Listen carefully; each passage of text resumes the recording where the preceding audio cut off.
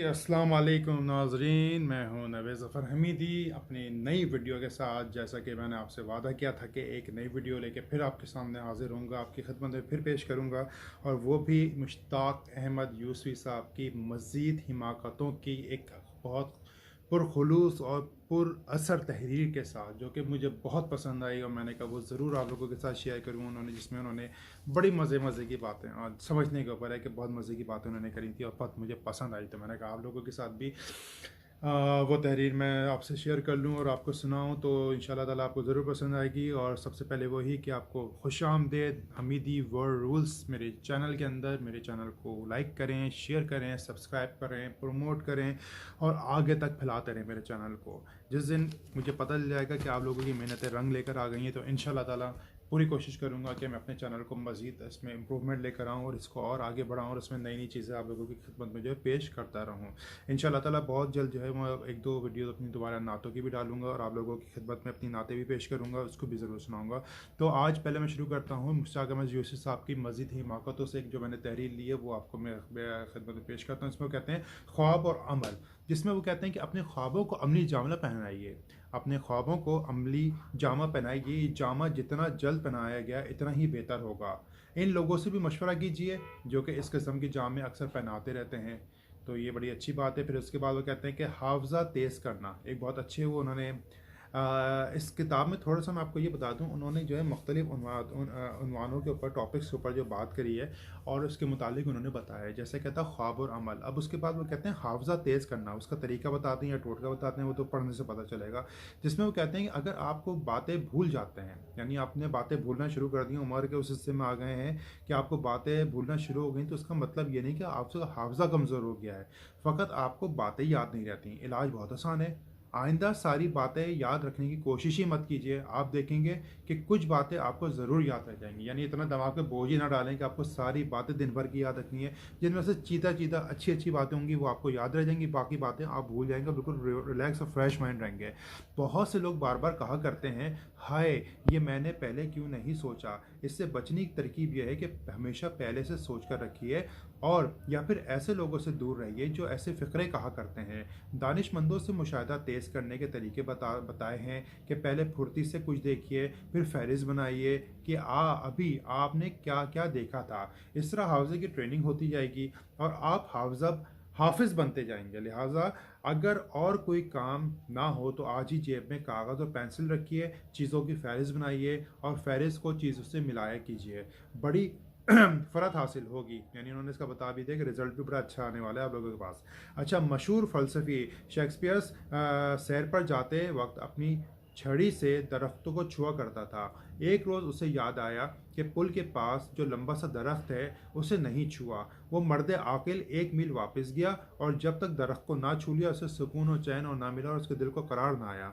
शुभ खैर, उसके नक्शे कदम पर अगर हम चलते हैं तो इससे आपका मुशाहिदा इस कदर तेज़ होगा कि आप सब हैरान रह जाएंगे। यानी आप भी अगर कोई चीज़ भूल जाएं तो वापस जाएं, उसको रिकॉल करके दोबारा वापस आएँ। बहुत यानी यानी ये बंदा वही कर सकता है कि जिसका पास बहुत ज़्यादा टाइम हो भाई और अगला कोई काम ही ना हो। लेकिन आज के दौर में तो मेरे ख्याल में ये मुश्किल है, जिसके बाद वो फ़ौरन आ जाते हैं, कन्वर्ट करते हैं अपनी बात को, कहते हैं खौफ से मुकाबला, कि खौफ के साथ कैसे मुकाबला कर सकते हैं।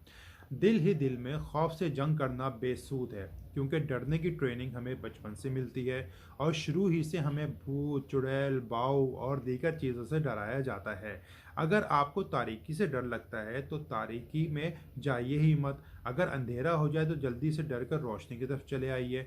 आहिस्ता आहिस्ता आपको आदत पड़ जाएगी और खौफ खाना पुरानी आदत हो जाएगी। तन्हाई से अगर खौफ आता है तो लोगों से मिलते रहा करें, लेकिन एक वक्त में सिर्फ एक चीज़ से डरिए, वरना ये मालूम नहीं हो सकेगा कि आप असल में है किस चीज़ से खौफजदा। यानी अगर आप रोशनी अंधेरे से हैं या किस चीज़ से हैं तो आपको पता ही नहीं चलेगा कि आप खौफजदा किस चीज़ से हैं। तो एक वक्त में सिर्फ एक चीज़ को चूज़ करें कि हमने डरना किस चीज़ से और दूसरी चीज़ से नहीं डरना है। जिसके बाद वो कहते हैं कि वक्त की पाबंदी।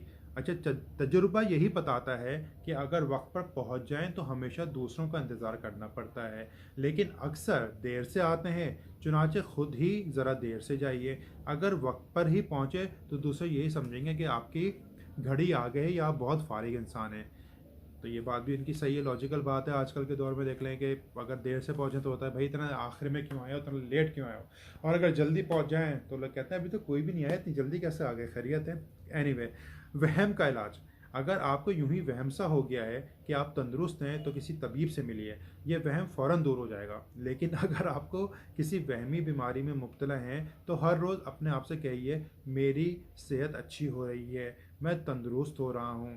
एहसास कमतरी हो तो बार बार ये फ़िक्र दोहरा लें, मैं काबिल हूँ, मुझ में कोई ख़ामी नहीं है, जो कुछ भी है मैंने अपने मुतालिक सुना है वह सब झूठ है, मैं बहुत बड़ा आदमी हूँ, मैं बहुत बड़ा आदमी हूँ, मैं बहुत बड़ा आदमी हूँ।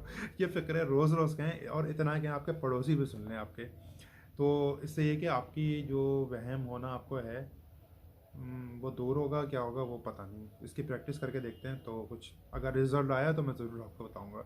अच्छा, बेख्वाबी से निजात, ये बड़ा अहम मसला है आजकल के दौर में। घर कोई जागते रहते हैं रातों को और नींद वींद नहीं आती, तो उसमें वो कहते हैं कि अगर नींद ना आती हो तो सोने की कोशिश ही मत कीजिए। ये सबसे अच्छा उन्होंने बता दिया है।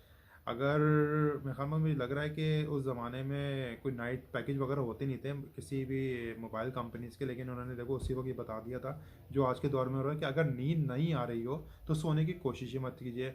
बड़े के बड़े तरीके के साथ फ़िलासफ़ी की किसी मोटी सी किताब का मुताला करना शुरू कर दें। किसी भी फ़िलासफ़र की किताब ले लें, मोटी सी, क्योंकि मोटी होती हैं फ़िलासफ़ी की किताबें आमतौर पर, पतली तो होती नहीं है, क्योंकि जो पहला पेज पढ़ता है वो आखिरी पेज पढ़ता है, वो बस वहीं पे। एनीवे, अगर नींद ना आती हो तो सोने की कोशिश मत कीजिए, बल्कि बड़े अच्छे तरीके से फ़िलासफ़र की किसी मोटी सी किताब का मुतालिया शुरू कर दीजिए, फ़ौरन नींद आ जाएगी। ये बड़ा अच्छा नुस्खा है, वो कह रहे हैं आजमाया हुआ है। या रियाजी की किताब का मुताला करें, उससे भी नींद आ जाती है, वो बहुत अच्छी बात है। अगर जागते में कोई सवाल का जवाब हल हो गया, जवाब आ गया, तो फिर खुशी की नींद आती है, वरना बंदा गम में सो जाता है कि नहीं समझ आ रहा, सुबह पढ़ेंगे उठ के, तो वो वैसे भी सो जाता है। अच्छा, एक बड़ा अहम उनका मजमून था जिसमें वो कहते थे हमेशा जवान रहने का राज। वो कहते हैं अव्वल तो ये सोचना ही गलत है कि जवान रहना कोई बहुत बड़ी खूबी है। इस उम्र के नुकसानात फ़वाइद से ज़्यादा हैं। कहीं मुलाहिज़ा कीजिए जिस शेर में वो कहते हैं कि खैर से मौसम शबाब कटा, खैर से मौसम शबाब कटा, चलो अच्छा हुआ अजाब कटा। ज़बरदस्त शेर बोला है कि खैर से मौसम शबाब कटा, चलो अच्छा हुआ अजाब कटा। ताहम अगर हमने हमेशा जवान रहने का फ़ैसला कर लिया है तो बस यकीन कर लीजिए कि आप सदा जवान रहेंगे। आपके हम उम्र बेशक बूढ़े हो जाएं, लेकिन आप पर कोई असर नहीं होगा, आप पे कोई असर नहीं होने वाला। जवानों की सी हरकतें कीजिए, असली नौजवानों में उठिए बैठिए, अपने हम उम्र बूढ़ों पर पत्तियाँ उछालिए, यानी पत्तियाँ निछावर करें, उन पे जुमले कसें, ठीक है, उन पे पत्तियाँ निछावर करें। ख़िज़ाब का इस्तेमाल जारी रखें, ये बहुत अहम चीज़ है। ख़िज़ाब का इस्तेमाल नहीं करेंगे तो आप जवान लगना या जवान नज़र आना बहुत मुश्किल चीज़ है, और सबसे बड़ी बात है ख़िज़ाब बिकना कम हो जाएगा। तो ख़िज़ाब का इस्तेमाल जारी रखिए और बस और ख़िज़ाब का इस्तेमाल जारी रखिए। इसके बाद वो कहते हैं दिलेर बनने का क्या तरीका है। दूसरे तीसरे रोज़ चिड़ियाघर जाकर शेर और दीगर जानवरों से आंखें मिलाइए, लेकिन पिंजरे के ज़्यादा करीब मत जाइए, पिंजरे के ज़्यादा करीब मत जाइए। बंदूक खरीद कर अंगीठी पर रख लीजिए और लोगों को सुनाई किस तरह आपने पिछले महीने एक चीता, रीछ या दोनों मारे थे। बार बार सुनाकर आप खुद यकीन करने लगेंगे वाकई आपने कुछ मारा ज़रूर है। सही कह रहे हैं बिल्कुल। और हो सके तो फर्श के ऊपर एक किसी आर्टिफिशियल चीते या शेर की खाल भी बिछा दीजिए, तो बोल दीजिएगा कि ये मारा था, ये बिछा दिया हमने, जो उसके अंदर से निकला था वो खा पी के हज़म कर लिया, बाकी जो बचा था वो हमने किसी को खाल दी नहीं, बल्कि हमने उसको यहीं बिछा दी। ठीक है। इसके बाद भी कहते हैं बेरोज़गारी से बचिए, ये भी बड़ा उनका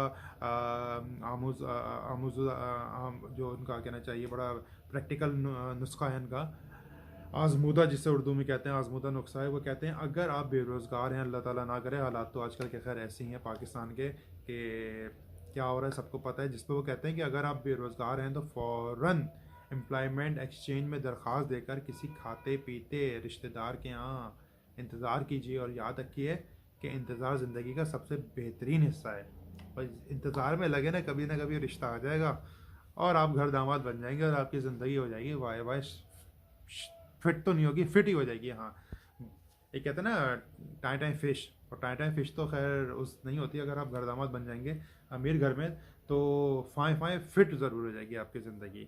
तो उसके बाद वो कहते हैं एक कहानी सुनाते हैं, वो मुश्ताक अहमद यूसुफ साहब कहते हैं मेरी ज़ुबानी मेरी एक कहानी सुनो जो बड़ी मशहूर और बड़ी इंपॉर्टेंट भी थी और बहुत मशहूर भी होती है। वो मेरे हाथ लग गई, तो उसमें वो कहते हैं या तो लोग तकदीर को कोसते हैं या तदबीर को, या तो लोग तकदीर को कोसते हैं या तदबीर को। मसला बहुत नाजुक है।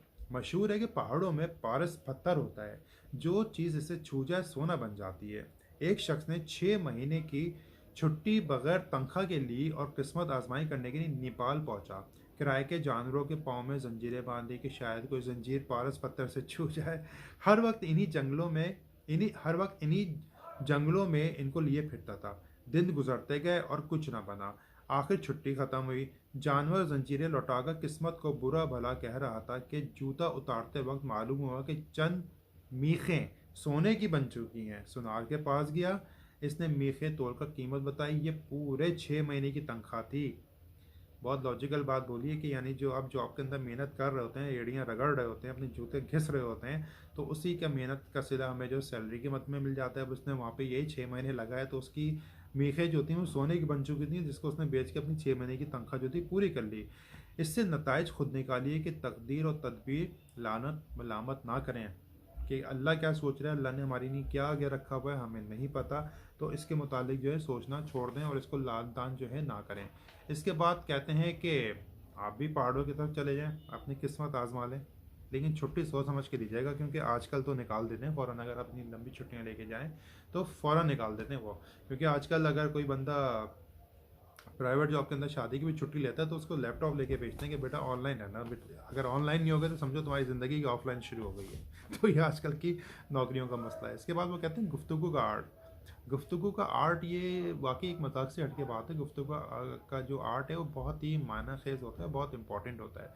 गुफ्तगू ही इंसान को बताती है कि वो किस जहनीत का है, किस सोबत का है, किस सोबत में बैठता है, किस जहनीत में उसको चीज़ें देखता है, सुनता है, कहाँ कहाँ होता है। तो ये गुफ्तगू का आर्ट बहुत इंपॉर्टेंट होता है, जिसमें वो कहते हैं गुफ्तगू के आर्ट में जो कुछ कहने का इरादा हो ज़रूर कहिए। दौरान गुफ्तगू खामोश रहने की सिर्फ एक वजह होनी चाहिए, वो ये कि आपके पास कहने को कुछ नहीं है, वरना जितनी देर जी चाहे बातें कीजिए। अगर किसी और ने बोलना शुरू कर दिया तो मौका हाथ से निकल जाएगा और दूसरा आपको बोर करने लगेगा। बोर वो शख्स है जो इस वक्त बोलता चला जाए जब आप बोलना चाहते हो तो वो खामोश ना हो। चुनाचे जब बोलते बोलते सांस लेने के लिए रुकें तो हाथ के इशारे से वाजे कर दें कि अभी बात ख़त्म नहीं हुई है, वेट करें, अभी बात ख़त्म नहीं हुई है। या कतई कलामी जो है वो ना कीजिए और फिर बात शुरू कर दें।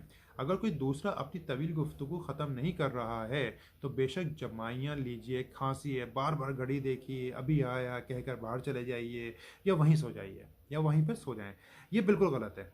ये बिल्कुल गलत है कि आप लगातार बोलकर बहस नहीं जीत सकते। अगर आप हार गए तो मुखालिफ को आपकी जहानत पर शुबा हो जाएगा। मजलिसी तकल्लुफ़ात बेहतर हैं या अपनी जहानत पर शुबा करवाना बेहतर है। अलबत्ता लड़िए मत, क्योंकि इससे बहस में खलल आ सकता है। कोई गलती सरजर्द हो जाए तो इसे कभी मत मानिए। ये बड़ा इम्पोर्टेंट जो क्या कहना चाहिए, बड़ा आजमाया हुआ नुस्खा है कि अपनी अपनी गलती कभी नहीं मानिए, वरना आपको सब लेट डाउन कर देंगे। लोग टोकें तो उल्टे सीधे दलाइल बुलंद आवाज़ में पेश करके इनके खामोश करा दीजिए, वरना वो खामा खां सर पर चढ़ जाएंगे। दौरान गुफ्तगू में लफ्ज़ आपका इस्तेमाल 2 या 3 मरतबा से ज़्यादा नहीं होना चाहिए। असल चीज़ मैं होनी चाहिए। मैं हूँ, सिर्फ मैं और कोई नहीं। अगर आपने अपने मुतालिक ये ना कहा तो दूसरे अपने मुतालिक कहने लगेंगे। तारीफ़ी जुमलों के इस्तेमाल से परहेज़ कीजिए। कभी किसी की तारीफ़ मत कीजिए, ना सुनिए, ना किसी की तारीफ़ ज़्यादा करें दौरान गुफ्तगू और ना अपनी ज़्यादा करने दें, वरना शुरू हो जाएगा कि आप इसे किसी काम के लिए कहना चाहते हैं। आप इसे पहले आप तारीफ़ करेंगे फिर आप काम बोलेंगे तो वो उसकी जो एक टेंशन है आपकी तरफ वो हट जाएगी। बिल्कुल सही है, सही कहते हैं। अगर किसी शख्स से कुछ पूछना मतलूब हो जिसे वो छुपा रहा हो तो बार बार इसकी बात काट कर इसे चढ़ा दीजिए। वकील इसी तरह मुकदमा जीतते हैं। बिल्कुल सही कह रहे हैं, वकील इसी तरह मुकदमा जीतते हैं। उसी पे कहते हैं जब आप इस महफिल से फारिग हो जाएं तो ज़ाहिर है अपने आप को आप मुतासिर भी कराना होगा किसी ना किसी को। तो मुतासिर कराने के लिए कहते हैं कि अगर आप हर शख्स से अच्छी तरह पेश आए, हाथ दबाकर हाथ मिलाया, मुसाफा किया, करीब बैठे और गर्मजोशी से बातें की तो नताइज नहायत परेशान कुन हो सकते हैं। वो खामखा मुतासिर हो जाएगा और उससे ना सिर्फ दोबारा मिलना पड़ेगा बल्कि दूसरों से ताल्लुक़ कराएगा। ये तीसरों से हाथ मिलाएंगे और या तीसरों से मिलाएंगे और वो औरों से। चुनाचे इतनी मुलाकाती वाक़फ़त का वाक़फ़ियत कार का इकट्ठे हो जाना आपको जीते जागते मार देगा। जीते जागते आप मर जाएँगे, इतने लोगों से मिलेंगे, उससे मिले फिर उसके जानने वाले से मिले, फिर वो दूसरों से मिलाएगा, फिर वो आगे तक चेन चली जाएगी और आप जो है वो परेशान हो जाएँगे और बहुत ही यानी एग्ज़ॉस्ट हो जाएँगे कि ये मिल-मिल के थक जाएँगे। तो आपके अंदर का जितना गुफ्तगू का आर्ट है और जितनी अच्छी आपकी बोलने की तरबियत है, वो सब ख़त्म हो जाएगी, बिल्कुल ज़ीरो हो जाएँगे आप बिल्कुल। इसके बाद वो फरमाते हैं मुश्ताक अहमद यूसुफ़ी साहब कि मुमकिन है कि लोग मुतासिर होकर आपको भी मुतासिर करना चाहें। वो बिला ज़रूरत बगैरगीर होंगे, हाथ दबाएँगे और करीब बैठने की कोशिश करेंगे। अच्छा, इस पे एक मुतासिर से उन्होंने बड़ा अच्छा जुमला बोला है। एक मुतासिर से मैं आपको एक वाक़या सुनाऊँ अपना कि मैं एक बड़ी अच्छी फ़र्म के अंदर मैं बैठा हुआ था मैं। हमारी एक मीटिंग होती थी सुबह जब हम ऑफ़िस जाते थे, तो वहाँ पे एक मीटिंग होती थी सुबह, बिज़नेस कॉल मीटिंग के जिसे हम कहते थे। तो वहाँ पे जो हमारे एक डायरेक्टर साहब थे, बल्कि डायरेक्टर क्या सीईओ साहब थे, तो वो ही करते थे कि वो वीक में एक दफ़ा आते और मीटिंग करते थे। और उनको बड़ा अच्छा लगता था कि माशाल्लाह सब उनकी तारीफ़ करें, उनकी हाँ में हाँ मिलाएं, उनसे बातें करें या उनकी तारीफ़ें करें, उनकी जो उन्होंने जो कंपनी को बूस्ट करने के लिए जो एक्टिविटीज़ थी और जो उन्होंने केपीआईज बनाई थी उन्होंने, तो उसको जो प्रमोट करें तो बड़ा खुश होते थे। तो खैर एनीवे एक कॉन्फ्रेंस कॉल था, उसके अंदर तकरीबन 35 to 40 का स्टाफ हमारा बैठा था। तो ये नाचिज़ भी वहाँ बैठा हुआ था वहाँ पे। तो हमारे सीईओ साहब आए, सबने सलाम वलाम करके करा, प्रोजेक्टर ऑन हुआ, स्क्रीन ऑन हुआ, उन्होंने फिर अपने जो थी वो बोलना शुरू कर दिया कि हमारी कंपनी देखिए ऐसी जा रही है, ये हो रही है, ये हो रहा है, हमने ये अचीवमेंट कर लिया, हमारे इस मुल्क के साथ एग्रीमेंट हो गया, हमारी ये फ़्लाइट अब जो शुरू होने वाली है। एनीवे ये तमाम चीज़ें वर्ल्ड वाइड हमारा जो है वो कार्गो शुरू हो रहा है, तमाम चीज़ें हो रही हैं। तो जो सेल्स टीम थी, ऑपरेशन टीम थी और जो मार्केटिंग की टीम थी, वो माशाल्लाह तारीफ़ों का पुल पुल बांध दिया उन्होंने। सर वाह सर, माशाल्लाह सर, ये हो गया सर, वो हो गया, ज़बरदस्त कर दिया आपने, ये बहुत बेहतरीन हो गया, सब कुछ हो गया। हम तो बड़े मुतासिर हो गए सर आपके इन बातों से, और आपकी जो आपने इतनी प्लानिंग आगे की करी हुई है उससे हम मुतासिर हो गए हैं, बहुत अच्छा। अच्छा, मेरे पास कुछ बोलने को था नहीं, मैं क्या बोलता। खैर मैं अपनी, क्योंकि मैं अपना डिपार्टमेंट देख रहा था मैं, तो उस डिपार्टमेंट में तारीफ़ करना बनती नहीं थी। खैर मैं क्योंकि काम कर रहा था, और काम करके मैं ही हमारी टीम दे रही थी उनको, हमारे डिपार्टमेंट दे रहा था। तो खैर जो हमारे सीईओ साहब थे वो सबसे शाबाश लेने के बाद और सबसे तारीफ़ी जुमला लेने के बाद तमाम, वो फिर मेरे तरफ उन्होंने इशारा किया, भाई नवेद साहब आप कुछ नहीं बोलना चाहेंगे क्या? वो आपकी नज़र में कोई ऐसी नहीं लगी कि हमारी अचीवमेंट हुई है कुछ? मैंने कहा नहीं नहीं सर, ऐसी कोई बात नहीं है, अल्हम्दुलिल्लाह मैं आपकी बात बड़ी गौर व फिक्र के साथ सुन रहा हूँ, उस पर मैं गौर व फिक्र भी कर रहा हूँ, और बेशक ये सब आपके मुतासिर हैं, तो मैं भी उन्हीं मुतासरीन में शामिल हूँ कि मैं भी मुतासिर हूँ आपका, और इन्हीं मुतासरीन में मैं आपके साथ जो है शामिल हूँ। तो वो खैर उस वक्त तो नहीं समझे कि मैंने मुतासरीन का वर्ड किस मायने में उनको पेश किया है, लेकिन वो फिर जब बाद में मिले तो वो समझ चुके थे, और फिर मुझे थोड़ा थोड़ा समझ में आना शुरू हो गया था कि क्या सोच रहे हैं। एनीवे खैर, ये एक वाक़या था जो मेरे याद आया, तो मैंने कहा आपसे शेयर करूँ। तो इसमें वो कहते हैं कि मुमकिन है कि लोग मुतासिर होकर आपको भी मुतासिर करना चाहें, वो बिला ज़रूरत बगलगीर होंगे, हाथ दबाएंगे, करीब बैठने की कोशिश करेंगे। लिहाजा किसी को मुतासिर करने की कोशिश मत कीजिए। अगर आप किसी को मुतासिर कर रहे हों तो ख़्याल रखिए कि वो आप और इस शख्स के दरमियान कम से कम 3 गज़ का फ़ासला हो, वरना वो मुतासिर होते होते आपसे बगलगीर होने की कोशिश करेगा, आपसे हक करने की कोशिश करेगा, आपसे गले मिलने की कोशिश करेगा, और एक दफ़ा नहीं 3 दफ़ा गले मिलेगा। ये पता नहीं क्या सेंस है कि हर ईद को भी पूरे साल ही चलाते रहते हैं ये लोग। खैर बगलगीर होने की कोशिश करेगा, और हो सकता है कि कहीं कहीं आप भी इससे मुतासिर ना हो जाएं। ज़िंदगी पहले ही काफ़ी पेचीदा है। कभी मत कहिए आपसे मिलकर बड़ी खुशी हुई, बल्कि इससे ही पूछिए कि कहीं वो आपसे मिलकर खुश तो नहीं हो रहा। अगर ये बात है तो ख़बरदार रहिए। फिर कहते हैं रिश्तेदारों से ताल्लुकात, दूर के रिश्तेदार सबसे अच्छे होते हैं, जितने दूर के हों उतना ही बेहतर है। मैं एक में मिसाल मशहूर है कि दूर के रिश्तेदार सुहाने, ढोल ख़त्म करके उन्होंने रिश्तेदार बता लिख दिया, क्योंकि ढोल भी बजता है, रिश्तेदार भी बजते हैं, तो दोनों ही बजते हैं। तो ज़ाहिर है उन्होंने सही मिसल में उसको डाल दिया मिसल के अंदर कि दूर के रिश्तेदार सुहाने। तो नाजरीन, ये आज की एक तहरीर थी। तहरीर क्या, उनके खूबसूरत निचोड़ था, उनकी मुख्तलिफ़ आर्ट का, मुख्तलिफ़ चीज़ों का जो उन्होंने अपनी ज़िंदगी में देखी होंगी और उन्होंने शेयर करी होंगी। उसका मुतालिया क्या होगा, उसका मुशाहिदा किया होगा, और उन्होंने उसको फिर अपने अल्फाज में, समूह के अल्फाज के अंदर उन्होंने उसकी अच्छी पैरवी करके उन्होंने जो इसको पिरो के जैसे कहते हैं, पिरो के और बड़े सलीके से उन्होंने इसको जो है वो पेश कर दिया, जो कि मुझे भी पसंद आई। मैंने आपकी खिदमत में पेश करी और उम्मीद करता हूँ कि आप लोगों को भी ये पसंद आई होगी। तो अपनी राय से ज़रूर मुझे आगाह कीजिएगा, अपने कमेंट ज़रूर दीजिएगा, कोई मुश्किल काम नहीं है। Okay, sure, nice, well done, जो भी लिखना चाहें, जो बुराई करना चाहें, जो अच्छाई करना चाहें, उसको टाइप ज़रूर करें, टाइप करके मुझे बताएं ज़रूर, कमेंट ज़रूर करें, लाइक ज़रूर करें, सब्सक्राइब ज़रूर करें। मैं बहुत बोलता हूँ अपनी वीडियो में कि मेरे चैनल को प्रमोट करें, क्योंकि मेरा चैनल जो है वो कोई रिवायती चैनल नहीं है जो आजकल के लोगों का चैनल है। इसमें मैं कुछ चेंजेस लाना चाहता हूँ, मुझे बताएं। और आप लोग क्या क्या देखना चाहते हैं, अगर आप लोग व्लॉग्स देखना चाहते हैं, डेली व्लॉगिंग देखना चाहते हैं, तो मैं उस पर भी वर्कआउट करता हूँ, अपनी डेली व्लॉगिंग दिखाता हूँ। लेकिन इसमें कुछ नहीं होगा, उठना बैठना, सोना, खाना पीना, घूमना फिरना, यही चीज़ें होंगी। कोई इसमें एक्टिविटी इस तरह की नहीं होगी जिससे आप नॉलेज ले सकें, उससे आप कुछ मेरे अच्छी चीज़ें सीख सकें। जो अच्छी चीज़ मुराद कोई नॉलेज वाली चीज़ होती है ना, जिससे अभी को आपको मैंने 1-2 दिन से 4 दिन से मैं आपको मुश्ताक अहमद यूसुफ साहब की तहरीर बता रहा हूँ। तो आपके कम से कम अगर आपने उन तहरीरों को जहन में नहीं रखा होगा तो कम से कम मुश्ताक अहमद यूसुफ साहब का नाम ज़रूर आपके जहन में रह गया होगा। और आप जब भी लाइब्रेरी का या नेट पे, गूगल पे कभी भी बैठेंगे तो मुश्ताक अहमद यूसुफ को ज़रूर सर्च कर सकते हैं। और मेरी वीडियो मौजूद हैं, यूट्यूब के ऊपर भी मौजूद हैं, फेसबुक पे भी मौजूद हैं, इंस्टा पे भी मौजूद हैं। तो आप मुझे सर्च कर सकते हैं, उसके ऊपर ये तहरीरें उनकी, मेरी ज़ुबानी उनकी तहरीरों को आप जो है वो सुन सकते हैं, देख सकते हैं। तो इंशाल्लाह ताला अपना बहुत ख्याल रखिएगा, ठीक है, और अच्छे काम करते रहिएगा। पाकिस्तान की बेहतरी के लिए दुआ कीजिएगा और कोशिश कीजिएगा कि नेक्स्ट टाइम अगर आपको कोई चांस मिले पाकिस्तान के लिए अच्छा काम करने के लिए, तो उसको ज़रूर अच्छा काम करें। अगर सिर्फ हम बुराइयों को देखते रहेंगे तो अच्छाई की तरफ कभी भी हम नहीं जा सकते। तो कोशिश करें पहले अच्छाइयों को देख लें, तो हो सकता है जो पीछे वाली बुराइयाँ वो ऑटोमेटिक उन अच्छाइयों से ख़त्म हो जाएँ। तो अपना बहुत ख्याल रखिएगा। इंशाल्लाह ताला ज़िंदगी रही तो आपकी खिदमत में जो है वो एक नई वीडियो लेके और अच्छे अज़ाइम के साथ और अच्छी तहरीक के साथ आपकी खिदमत में हाजिर होंगे। जब तक के लिए मुझे इजाज़त दीजिए। अल्लाह हाफ़िज़।